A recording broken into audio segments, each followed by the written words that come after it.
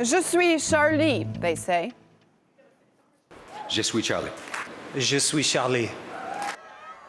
They wear badges on fancy clutches, pose for the camera with black and white banners to match their black ties, smile. Of course they smile. It's the Golden Globes, posh dresses, and keeping up with the latest fashion. And sympathy for terror attacks in France is yet another trend they are following. Or maybe these celebrities really care, unlike Madonna, who openly used the trend for self-PR. She uploaded the iconic picture on her Instagram and in the hashtag promotes her new album. Pretty cynical. Not to mention the trends on social media. People, millions of them, started changing their profile pictures, drawing cartoons like crazy. I'm not saying it's bad. Indeed, it's a good thing, possibly. Terrorism should be condemned. What happened was pure evil. Although I'm pretty sure some of those who are joining this flow did it just to follow the trend, and they are certainly not Charlie. And there were some who said they are not Charlie from the start. Al Jazeera's editorial instruction was leaked, which began with the phrase, "We are Al Jazeera."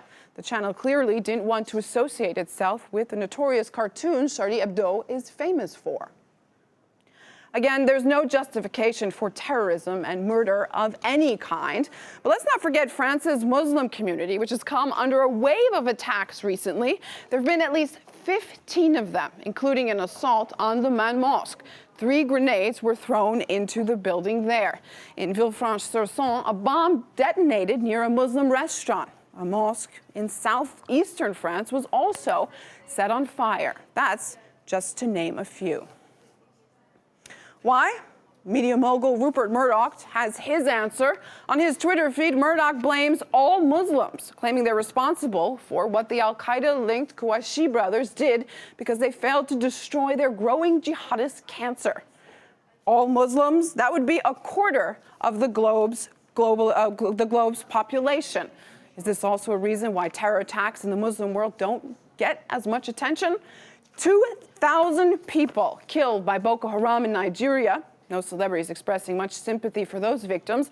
Or the Pakistani school massacre last month, which took the lives of 150, a majority of them children. Joining me in the now is Asghar Bukhari. He's a founding member of the Muslim Public Affairs Committee in the UK. Thanks for being with us. We've been asking our viewers why it seems to be more trendy to waste support for Charlie Hebdo than per se the 2,000 Boko Haram victims recently.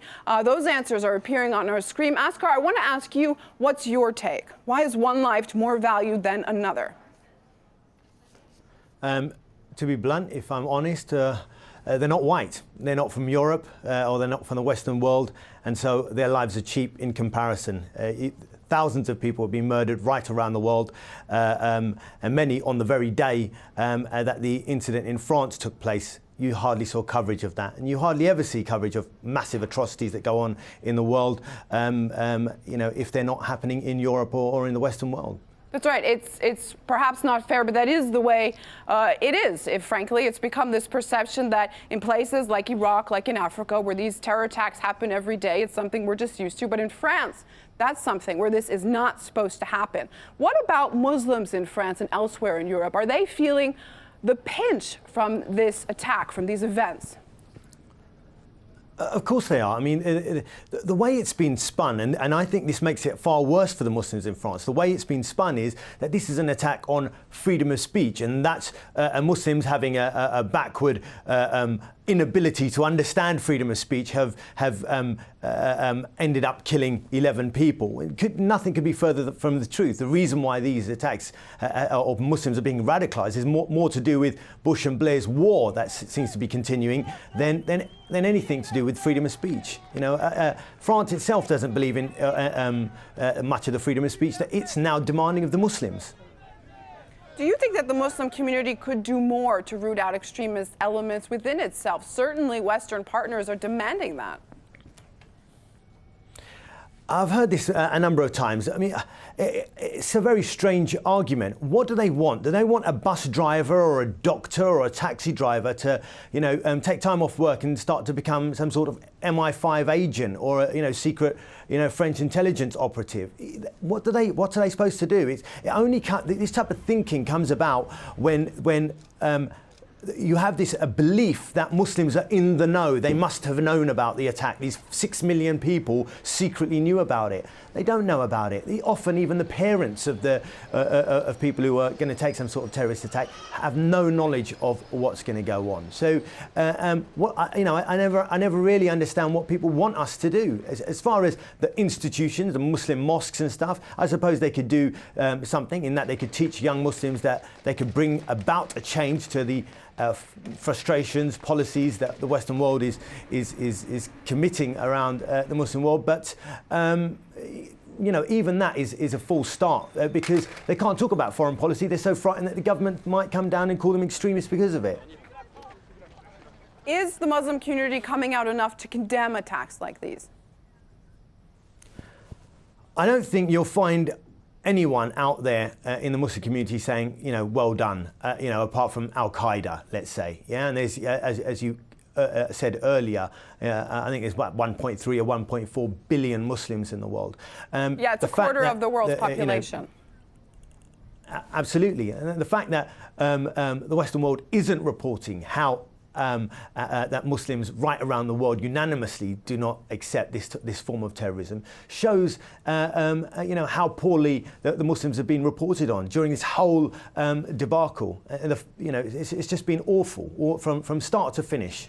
I want to talk more about the media's role in this. You say it wasn't about freedom of speech. It's not about freedom of speech in France. So what is it about, and how does the media playing into this?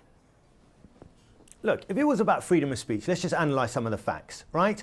France tried a rapper for attacking the French state, yeah? And he was convicted in court. So you're not allowed to attack the French state, but Muslims are supposed to be okay with you attacking the Prophet. One rule for them, another for us. What about Je suis Charlie, the actual magazine itself, Charlie Hebdo's magazine itself? They sacked someone for being anti-Semitic. One rule for them and another for us. And you get on and on and on. It's not just the French state.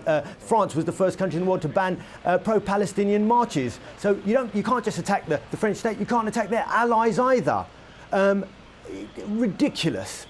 So, in other words, it's always, the Muslims have said you don't understand free speech, but any analysis of it shows that, in fact, France, time and time again, has acted against free speech, banned people for attacking France, fined people for attacking its leaders. But the Muslims, somehow, we're the only ones who don't understand free speech because we get offended when our prophet is insulted. So it's not about free speech. What is the benefit? Why would Charlie Hebdo purposefully try to insult Muslims? What's the plus here for them?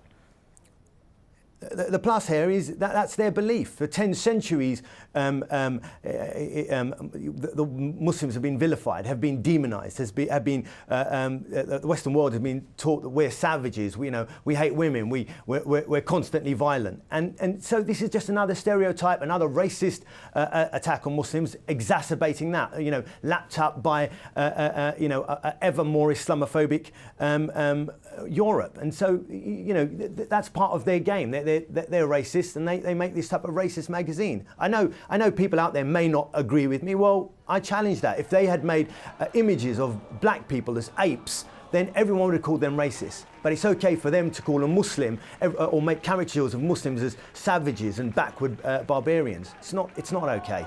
They're racist in my mind and many Muslims' mind. So no, we're not with that magazine. All right, just briefly, it's become clear recently that there will be Mohammed cartoons in the next edition of Charlie Hebdo. Of course, some of that publication now being funded by the government, essentially, after this horrible attack. What do you make of that? They're not going to stop. They're not going to stop, which only proves the point. Not only are they saying that racism against Muslims is fine, the government are saying now we're going to offend all Muslims around the world and we're part and parcel of this. The fact of the matter is the government in France is just covering for the fact, as many governments in Europe, that their war of terror is creating extremism, and they're blaming and covering themselves by saying that they're standing up for free speech. They're not standing up for free speech. They've been snooping on their own citizens for years and arresting them for it. The fact of the matter is it's a war of terror, it's radicalisation and extremism off the back of the war of terror, and they don't want their own public to know about it. Asghar Bukhari, founding member of the Muslim Public Affairs Committee in the UK, with us in the Now from London. Thanks for your time. Pleasure.